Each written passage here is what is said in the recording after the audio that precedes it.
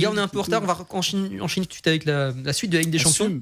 Donc demain, on va s'intéresser aux matchs qui auront lieu demain soir. Donc dans le groupe E, le Barça est assuré de finir premier avec 13 points. Hugo, tais-toi s'il te plaît, on enchaîne. Il parle. Donc le Barça est assuré de finir premier avec 13 points dans le groupe E. Donc le match pour la deuxième place se jouera à distance entre la Roma et le Bayer Leverkusen. Même pour battre Borisov. Hein. Oui, il peut aussi venir dans la course. Donc moi j'ai noté des petits trucs là, au cas où. Vas-y. Donc Rome, ils sont deuxième forcément s'ils gagnent. Oui. Rome, troisième s'ils font match nul et que Leverkusen gagne. Donc Leverkusen, il prendrait la deuxième place, pardon. Après, il y a Leverkusen, donc ils sont deuxième s'ils gagnent et que Rome ne gagne pas.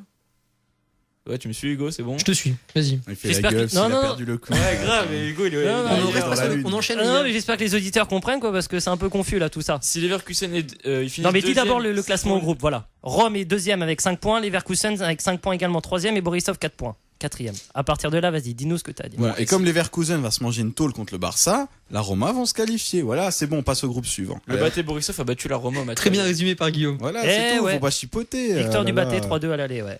Et le Barça a gagné ric-rac aussi contre Leverkusen 2-1 à l'aller. Donc franchement, rien n'est fait là. On se la pète un peu sur ce coup-là. Rien n'est fait. On passe au prochain groupe, c'est le plus intéressant. Non, mais on va attendre parce que Arsenal va prendre une tôle. On passe au groupe E. Dans 2 jours, ils vont pleurer. Exactement, voilà. Avec Arsenal qui joue contre Olympiakos. Guillaume, un petit mot là-dessus. On s'en fout, passe à notre groupe, s'il te plaît. Écoutez, c'est très simple. Arsenal, s'ils veulent se qualifier, il faut qu'ils gagnent par 2 buts d'écart. Donc 2-0, 3-1, 5-3. Ou même 3-2, ils peuvent gagner. Puisque non, 4-3. Non, s'ils gagnent 3-2, c'est la différence normale qui sera prise en compte vu qu'il y aura égalité parfaite. Donc 3-2 c'est bon? 3-2 c'est bon, mais bon, on va dire qu'ils gagnent 2-0, ce serait déjà très bien. Alors Arsenal qui récupère Oxlade-Chamberlain, Walcott, Ramsey, tout de même, ce sera des renforts de poids pour essayer de battre Olympiakos à domicile et on sait que c'est jamais simple. On passe au groupe G maintenant.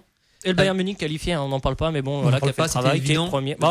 Juste comme ça, vous pensez quoi, vous? Olympiakos. Je pense qu'Arsenal peut le faire. Moi, je pense pas. Olympiakos, voilà, à domicile, ils ont la ferveur du public. Ça n'a aucun rapport avec le fait que tu détestes 2 joueurs qui jouent plus que tout au monde.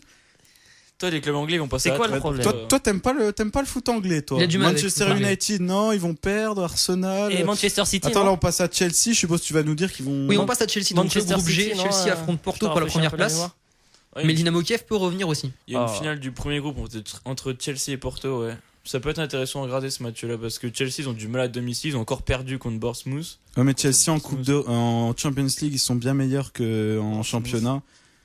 Et je pense, qu'est-ce que t'as dit? Et je pense qu'ils peuvent battre Porto. Bon, ça risque d'être juste. Ils peuvent compter sur les coups francs magiques de Willian. Petite dédicace pour toi, Germain. Et après, bon, Dynamo Kiev, Maccabi Tel Aviv. Bon, Dynamo Kiev, ils peuvent encore passer. Ils peuvent passer, hein. Malheureux vaincus. Oui. Mais normalement, ils vont gagner, Kiev. Tel Aviv, ils ont 0 points en plus. Ils nous font une Marseille, là, tu vois. Non, mais on embrasse tous les Marseillais qui nous regardent, bien sûr. 0 points, jamais la honte du foot français.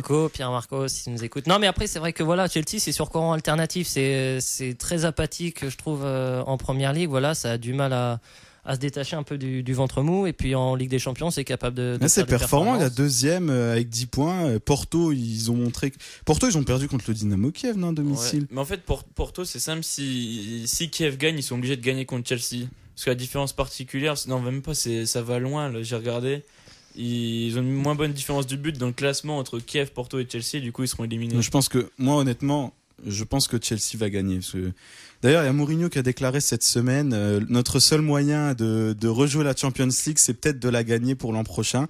Donc à mon avis, je pense qu'il va tout donner pour la Champions League. Attention au coup de mou pour Chelsea. Je sais que j'ai déjà fait celle-là, mais sortez-le. Mais on ne sait jamais. Voilà, Porto. Il n'y a pas de coup de mou en Champions League là. Ils sont remontés à bloc en Champions League. Et Porto, c'est pas des peintres. C'est pas l'équipe de 3e division qui arrive à. Chelsea non plus, c'est pas des peintres. Ça reste Chelsea. Ouais, mais Porto, les gars, on les sous-estime. Ils peuvent faire une grosse performance.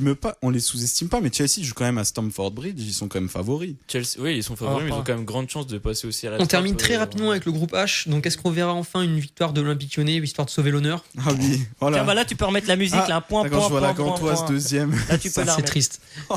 Ouais, la Gantoise deuxième avec 7 points. Excusez-moi, c'est pas drôle. Mais ça peut être la surprise la Gantoise de cette édition de la Ligue des Champions 2015-2016. Je les vois aller très loin. Mais ils peuvent faire une surprise. Voilà, on a vu Lyon une année qui allait jusqu'en demi-finale. La Gantoise, tu vois, c'est 2 matchs. Voilà, suffit qu'ils tiennent le nul à l'extérieur. C'est eux qui jouent à Zénith, au Zénith ou alors là, ils reçoivent le Zénith. C'est en Belgique, ouais. Ils s'étaient inclinés 2-1 au match aller. Mais la Gantoise peut espérer se qualifier. Et c'est vrai qu'ils peuvent peut-être, s'il y a qualification, peut-être faire une épopée un peu comme les petits clubs de Coupe de France peuvent aller loin. Arrête Hugo, on en reparlera. Ils y arriveront pas. Ils vont arriver en 8ème, ils vont tomber contre un premier, ils vont se faire laminer. Pourquoi ils n'y arriveraient pas? Ça sera l'équipe la plus facile, c'est sûr. Il n'y avait pas une Nicosie une fois que Nicosie avait réussi. Nicosie qui avait éliminé Lyon dans cette. Ouais, ils avaient éliminé Lyon en 8ème en plus. Non, Si, non. tout est possible. Regarde les gars, je sais pas dans quel monde vous vivez là, mais. Si, c'est vrai. Nicosie avait éliminé Lyon une année. Je m'en souviens, c'était en quart. Ils avaient été en quart, ouais. Et pareil, regarde, si tu regardes en Ligue Europa l'an dernier, Nippo Petrovsk, ils allaient en finale contre Séville. Donc, faut arrêter un moment de tailler les petits clubs. S'ils ont la volonté, le jeu et qu'ils le méritent, et ben qu'ils aillent le plus Mais là, loin on est en possible. Ligue des Champions, on n'est pas en Europa League. Les gros clubs, l'Europa League, ils la jouent pas. Ils envoient leur équipe bis. Regarde Bordeaux, regarde les clubs anglais, espagnols. Bon, espagnol, mauvais exemple, parce qu'ils la jouent à fond, mais. On en reparlera. Mais la Gantoise, moi je les vois. Peut-être ils sortiront du groupe et encore, je pense qu'ils vont perdre contre le Zénith et que Valence va battre Lyon, donc du coup ils iront en Europa. La Gantoise, c'est pas une équipe qui lâche un match comme ça. Moi je les ai vus jouer, c'est quand même une équipe très limitée techniquement. Voilà, ils sont pas. On en reparlera. On en reparlera. On termine là-dessus notre partie Ligue des Champions.